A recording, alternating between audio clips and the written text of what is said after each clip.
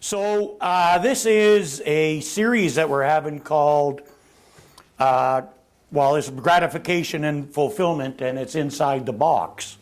And we're looking at inside the box. Well, I was talking about outside the box, but we're talking here about inside the box and different ideas about understanding and developing what's going on inside of ourselves.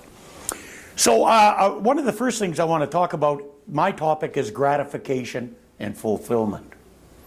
Now, gratification and fulfillment is not something that is static. Gratification and fulfillment changes as our circumstances and situation changes and as our age changes. So I noticed that for me, I was thinking about this morning quite a bit, about 4:30, 5 o'clock. I don't know what you were doing, but that's what I was doing. And I was thinking about, there's some things I find fulfilling and satisfying and gratifying today that I did years ago, but they're different.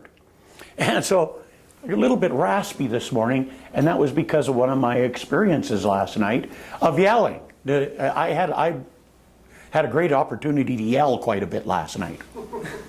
Okay? And you're thinking, how could that be gratifying and fulfilling? Well, I was at the football game. Yeah, it snowed, and we were all there in snow, whoever of us showed up, and it went back and forth. There were more mistakes that you could possibly shake a stick at. You want to talk about that. However, the game was there, and we're yelling, and same thing, nothing different. However, I was sitting there, and I was looking beside me, and I got my son-in-law and my two grandsons, different from different families. And I'm sitting there with my grandsons because I have 4 season tickets, and I always take the grandchildren, and sometimes I throw in a parent and bring them along, but mostly just the grandchildren. And so I've been doing this for several years, and I was thinking back about my football journey, just something that I really enjoy. Not everybody, but that's my thing. And I was thinking back the days back, way back in 1957. 1957, when I was 8 years old, going to my first football games with my dad, and it was not in McMahon Stadium. It was called Mawata Stadium. And people go, what? What do you mean, Mawata Stadium? Well, just for those of you that don't remember or don't know, downtown on 11th Street, there, 9th Avenue, where that skateboard park was, that was Mawata Stadium, and that's where the Stampeders played prior to the opening of McMahon Stadium. And I used to go there as a child, 8, 9, 10 years old, 12 years old, with my dad. And then over the years, I graduated, I've elevated, I became a teen. And then there was a period of time I bought my season ticket, and there I was taking my children to the football games at different times. All of my children. And I had, at that time, 5, and so they would all get the turn to come with me to the football game. And, for me, that was very fulfilling and very gratifying. A small thing, but I enjoyed it. Now, here I am, years later, still doing the same old. However, now I take my grandchildren. So it's just a different generation, a different level, but it's about me sharing something that I really enjoy with the people around me who also seem to enjoy it. If nothing else, they get to come out and have a day or an evening with Papa at the game. And that's something for both of us, you see. So it's the gratification and fulfillment in one respect is the same, but in another respect it's totally different. Because it changes and it's relative to the time in our life. I remember when I first got involved with the center, and I got involved with this idea. Man, I was so excited. I was going to share that with everybody. I had this desire to go out and be a minister and start my own work and everything. And I did that. And it was wonderful. And the work I started in Red Deer is still going. And they still have a good, vibrant spiritual community there. And so here I am at the latter stages of my career, and I've got all this wisdom and knowledge, but I don't have that desire to go out and do that anymore. However, I do have the desire to share and to teach and to be supportive of Reverend Nadine in the growing of her center, our center, the Joy of Life Center for Spiritual Living. So my desire for this concept of what fulfillment means in this environment is not the same as it was 30 years ago. I don't have that desire anymore. I have other things that I'd like to do with it and places I'd like to go with it, and maybe put some down in writing and share some of my experiences and how I managed to move beyond them. Okay, so it changes. One of the things that also happens there is we change over a period of time with our bodies. You know, when we're younger, we see our bodies more of an instrument that has to be, how we would say, we've got to look good. And not that we don't have to look good when we get older, don't get me wrong there. Got to watch this one. You could really read a lot into it, but don't do that. But it's a different persona in our body than it is now. And then we go through changes and transformation and things that we don't understand. So when I was a young man, I didn't understand how what was going on around me was part of what created this obsessive compulsive need that I had that took me into many, many years of eating disorders. So for many years, my body challenge was trying to keep my weight below or down to a level of below 200 pounds, which I've actually, to be honest with you, never done since I was in high school. Okay, so I always was about between 275 to 425 pounds. So that was a challenge that I had with my body. And I got to tell you, I wasn't experiencing a great deal of fulfillment and gratification at that time physically. However, I did not understand that my physical issues had to deal with my emotional issues and my mental issues, and also was an obsessive compulsive behavior that had prior to that really been channeled not only in that area but in drug and alcohol abuse.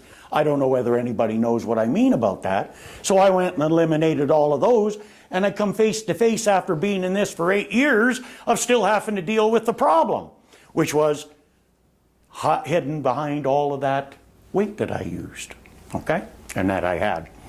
So in order to get to a point of satisfaction, gratification, and fulfillment in that area, I made a decision one day.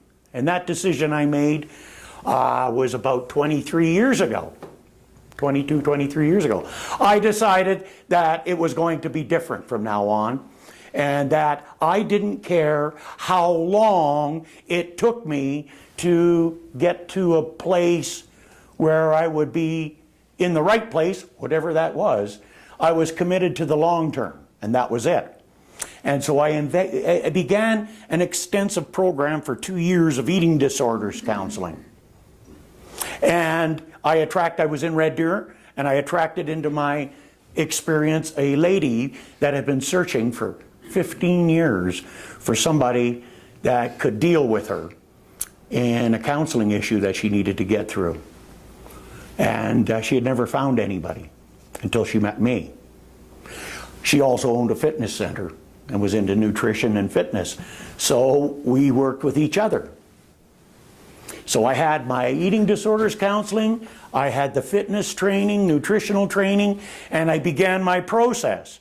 So I had 425 pounds to start at, and now I'm about 205. I don't know where it's going from here, and I don't really care. It's not relevant. Because once I made that decision, I began to work at experiencing fulfillment and gratification. It took me time. And people said to me when they said, well, Doug, how long did it take you to get rid of all that weight? I said, 23 years. I've been working at it 23 years. And do I still work at it? Do I still have a little bit of those things? Absolutely. Absolutely. Well, how come you could get the energy to keep going at it all this time? Because I remember the words of one of the most famous people in history that motivated a nation that was at the brink of defeat to stand and rise up against something that was terrible. And that was Sir Winston Churchill. And he said some very simple words. Never give up. Never give up. Okay? So was it an easy process? No. I got to tell you that I read a book called You Can Heal Your Life by Louise Hay. And in there, Louise Hay talked about loving and improving yourself exactly as you are. Yeah, sure. How can you do that when you're sitting there and you're dealing with this? You got a lot of other good things going on, but you got 425 pounds. How can I love and approve of myself exactly as I am? And through that I learned you've got to accept exactly where you are right now before you can change. Because if you can't accept where you are right now, then you're in denial and you can't change because you don't know where you need to start. And that doesn't mean you have to like it. I didn't like being like that. I didn't like being a drug addict. I didn't like being an alcoholic. But I had to start where I was at. I had to accept that. So part of that took me, oh man, it's got to be 8-10 months of doing this process. It was every day, twice a day, 20 minutes. And it was a mirror exercise that Louise Hay had. Okay? So what you do is you get the big mirror. You take off all your clothes. Oh yeah, sure. And then you stand, nobody around by the way, which is good. And you stand in front of it and you repeat your affirmation. So there I am. I got the Buddha up on the edge of the sink for support, like this. Okay, 220 pounds more than I am now, so you feel more than double. And I'm doing that, I'm standing in the mirror, oh my God, and I'm rubbing the Buddha going, I love and approve of myself exactly as I am. Oh yeah, sure. I love and approve of myself exactly as I am 2 times a day, 20 minutes a day, 7-8 months, and then one day I was doing that and something was different. Something was different. My mind wasn't giving me all that other detail. I was actually looking at myself and saying, yeah. And that was really part of the start of it, you know. And once that clicked, once that happened, then I no longer looked upon myself as someone with a problem. I looked at myself with someone in the process of change. Someone in the process of moving forward. Holy! Small? Sounds like it. Huge for me, okay? And so over the years, there's been lots of realizations, lots of understanding, and lots of awareness with respect to that.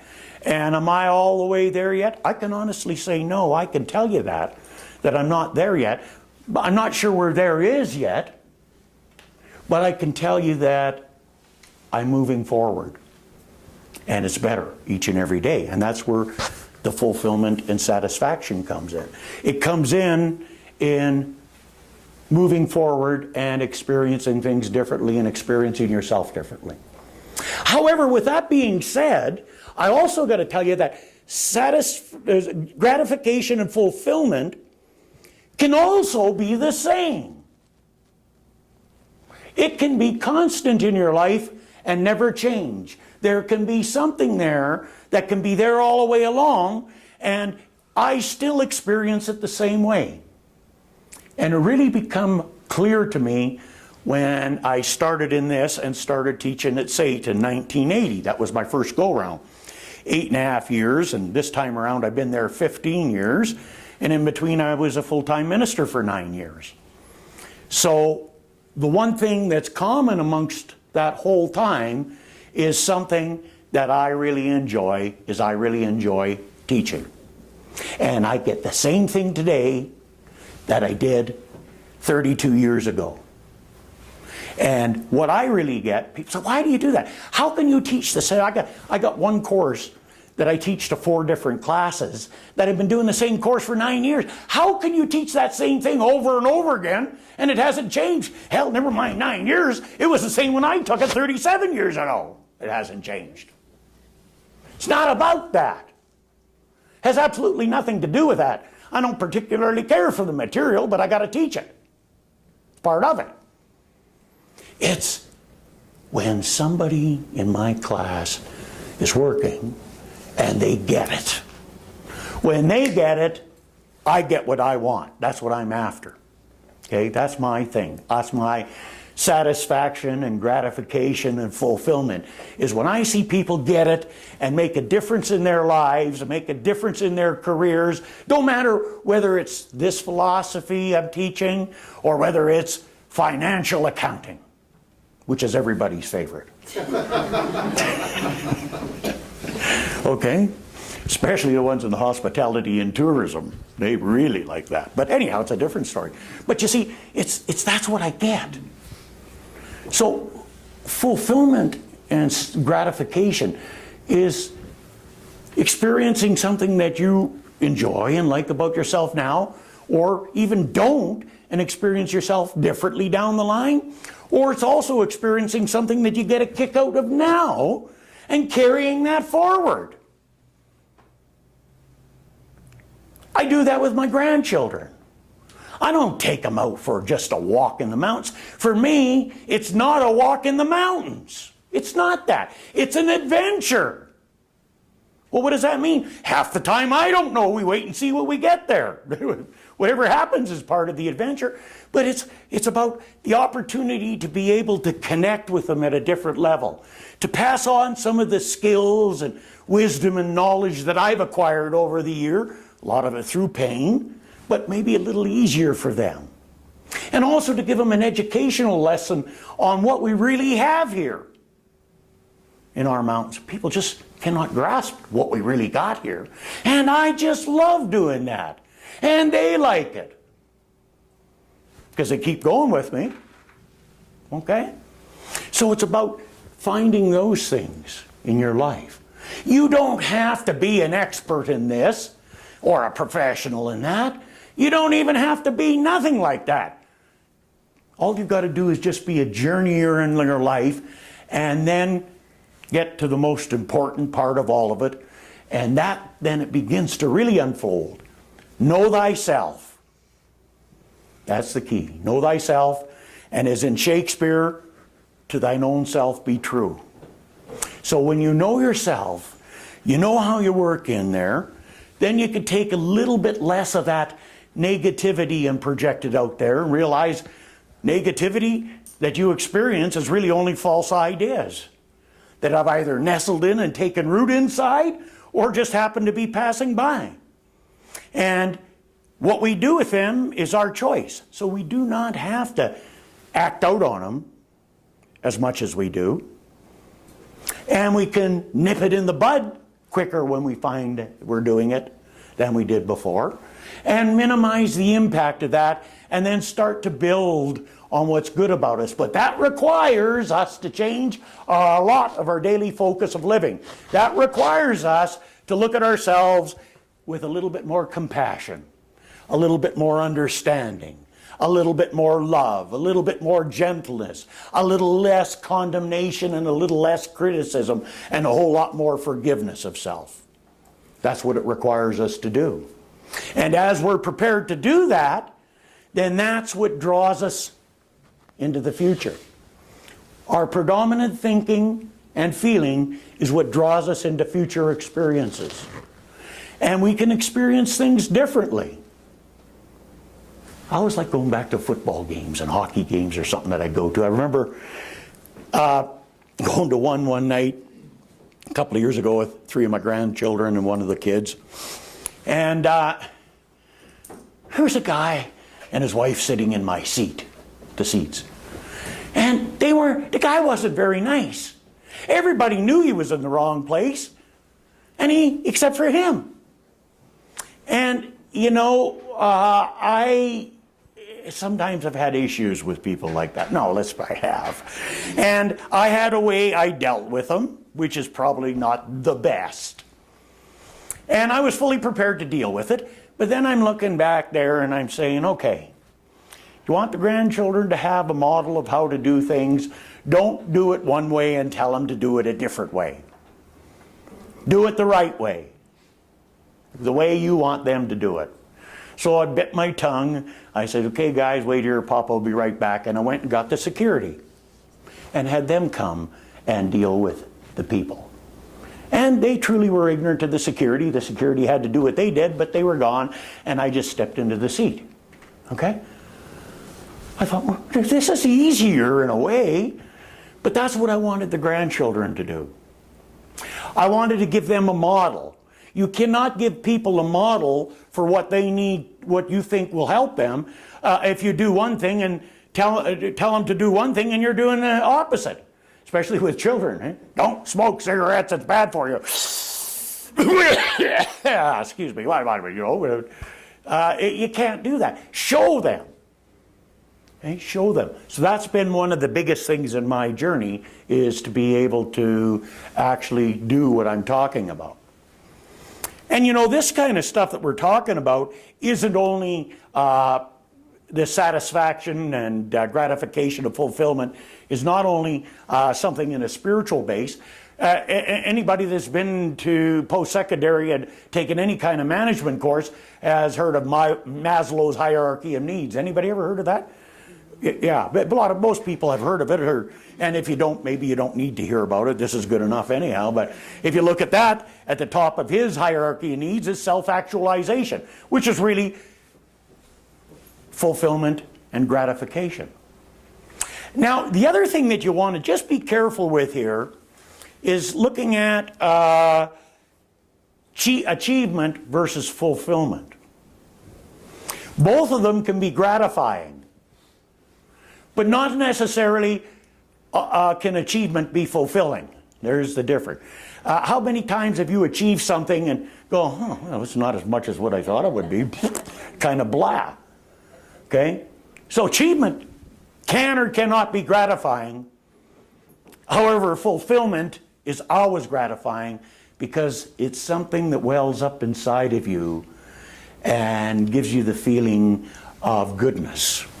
And that goodness really comes not from anything else other than but giving away your talents and your abilities and what's good about you. Now, you see, you got to be careful with that one because, oh, I could help you mechanically and let me help you fix your car. Don't ask Doug. You got a problem. But a lot of people would go ahead and try and do it and make a mess of it. Anybody ever done that? Because go ahead and try and do something and make a mess of it, but you're not really good at it anyhow and don't like it? Anyone do those kind of things? Yeah, me too. Not anymore. Now all I do is I just do things I'm good at and I like doing and give that away. And if it's somebody else, well, you know, I always say with, like, if my aunts want me to do something around their place, I'll only do it if I got direct supervision, which means you have to stand there and tell me what to do. Okay? That's the things I'm not good at. And it's true. Not many people ask that. But the things I'm good at, oh man, when I'm doing those, I just feel that fulfillment. I feel that gratification inside of me. And it's really important for us to understand. We don't understand what we're really talented at or what our gifts are because they're so natural we just blow them off. We got to find more of that inside of ourselves and share more of that out there with everybody else. Because that's where it's at. That's what the meat is. Did you like that song, Lou? I did. But did you like it? Yeah, you developed that. That's yours, isn't it? Yeah, wow. And I'll bet you like it even more when people like it. Oh, absolutely. Yeah, it's about sharing. Yeah, okay. Just like I do like this. But how many like to come up here and do the Sunday lesson next week? If you had an opportunity, how many would like to do it? A few, but you notice most of them, we don't even want to talk about this. And so you shouldn't do it if you don't. And if you have a desire to do something like that, you need to get up there and start doing stuff like that. One-on-one, it don't matter. You can always find somebody. That's what you need to do. Because you're going to get fulfillment and you're going to get gratification from it. Now the rest that didn't even budge with that, You don't want to do this. You just want to come and listen, and that's good. If somebody told you you had to do it, it wouldn't be fun. Okay? So that's one of the key things that's really important about this. And so, one other idea in closing. This is not about doing one thing in one area of your life, because that's not fulfillment and that's not gratification. This has to be something that transcends and permeates all aspects of your life. That's your physical self, your body, your mental self, your mind, ideas, things like that. Physical, mental, emotional. We got to be aware of our feelings. By the way, don't try to understand feelings. I mean, if anybody can understand them, I don't believe it. I could never understand why they happen. They just do. So you just got to experience the do-ness of them, even if it's in doo-doo. Okay? Mental, physical, emotional. And then the outside three are the social aspects of your life, financial, and family. Experience all of those together under the one umbrella of the key component of the 7 departments, which is spiritual. And that spiritual journey is individual and personal to each and every one of us, and it's not for somebody to tell you how it has to be. People ask me, well, what's God, Doug? You know. No, I don't. I know what it is today, but it changes. It's going to be different tomorrow, and it's certainly different than it was last year. I'm not an expert on that. I'm becoming an expert in my own journey, and that's tough enough managing my own life, never mind trying to manage somebody else's. So it helps us get rid of that thing that we'd like to do, which is called control, which is a never-ending journey. So remember, maintain that balance in your life and find out and seek different ways of things that you can do that just give you what it is that you need, that yeah. And that brings to us, over a period of time, a deeper understanding of the concept of fulfillment and gratification, which we all deserve. It's our divine birthright. It's right here. It's just waiting for us to step up and claim it and say, I'll take it. Bring it on. And then that brings more into our life and creates a need to release some of the stuff in the space that we already have. And that can be some of our negative, self-defeating ideas. So as I know that you've been here today and there's a reason for it, I also know that there is something in the context of what we've been talking about and experiencing about either right now or the conversation after that gives you the opportunity to take an idea and put it into practice in your life and move you closer towards this idea of gratification and fulfillment. It's ours, I claim it, I accept it to be so, and so it is. And thank you.